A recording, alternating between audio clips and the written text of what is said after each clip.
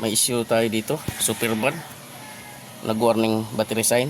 Tingnan natin, start natin. Oh, ba't nawala? Nawala ah. Pag nakaminol siya, pag ganyan lang siya, wala. Pag matakbo, doon siya umiilaw. Lumalabas siya. Oo. Yan, pero ngayon wala siyang warning. Pero pag tumatakbo ka, magkakaroon. Oo, Oh, sige, titingnan natin. Ay, namamatay. Sige. Dahil sabi mo eh.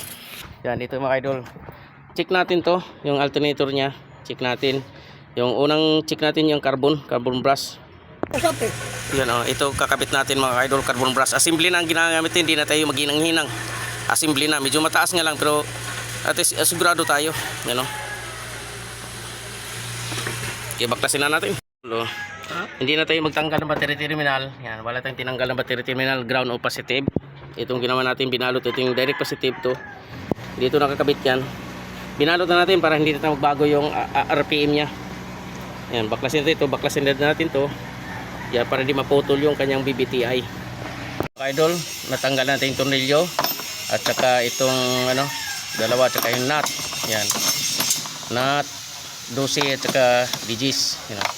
Yan, tanggal na. Tanggalin na natin. Yan, tanggal mga idol. Yan, titingnan natin kung anong magawa natin. Yep. Yan, titingnan natin.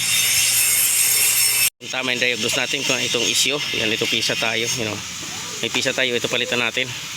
Yan, siyempre niluwagan ko na to para makita mo mga idol kung tama yung diagnose natin kung carbon brush bang talagang problema.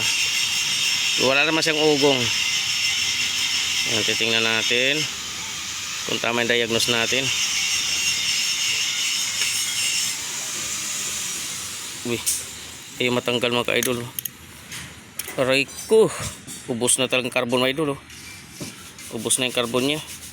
Tapos ito medyo kinayod na, lilihain lang natin. Pero pwede pa yan, lilihain pa natin. Yan, pwede pa yan, lilihain na lang natin to. Pero itong issue talaga nya, kung bakit nag-warning yung kanyang battery, manipis na talaga siya. Makapal yan mga idol, may kalso lang siya. May kalso yun, may kalso yan kasi hanggang kalahati yan.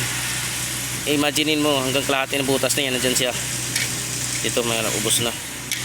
Kaya mo natin. Nalihan na natin. Kita mo kintab na siya. Sasalpak na natin mga ka-idol. Oh. Diba? Yan o. So, bago natin hugutin yan, itunilyo muna natin. Yan, tunilyo natin mga ka-idol. Oh.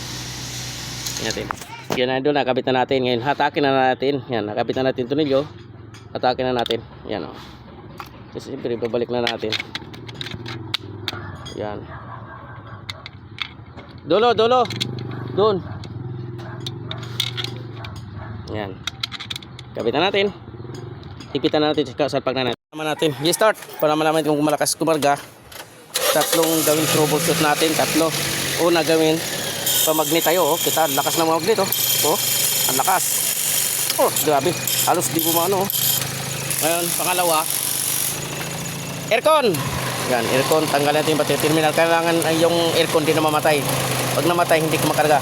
Oh, hindi siya namamatay, tumaas pa lalo. Ngayon pangatlo, headlight. Kailangan hindi lalabo yung ilaw. Tingnan mo, tanggalin natin battery terminal. Kailangan hindi siya lalabo. Oh, luminaw pa lalo.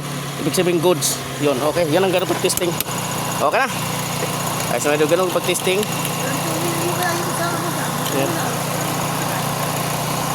Okay na yan. Ito oh.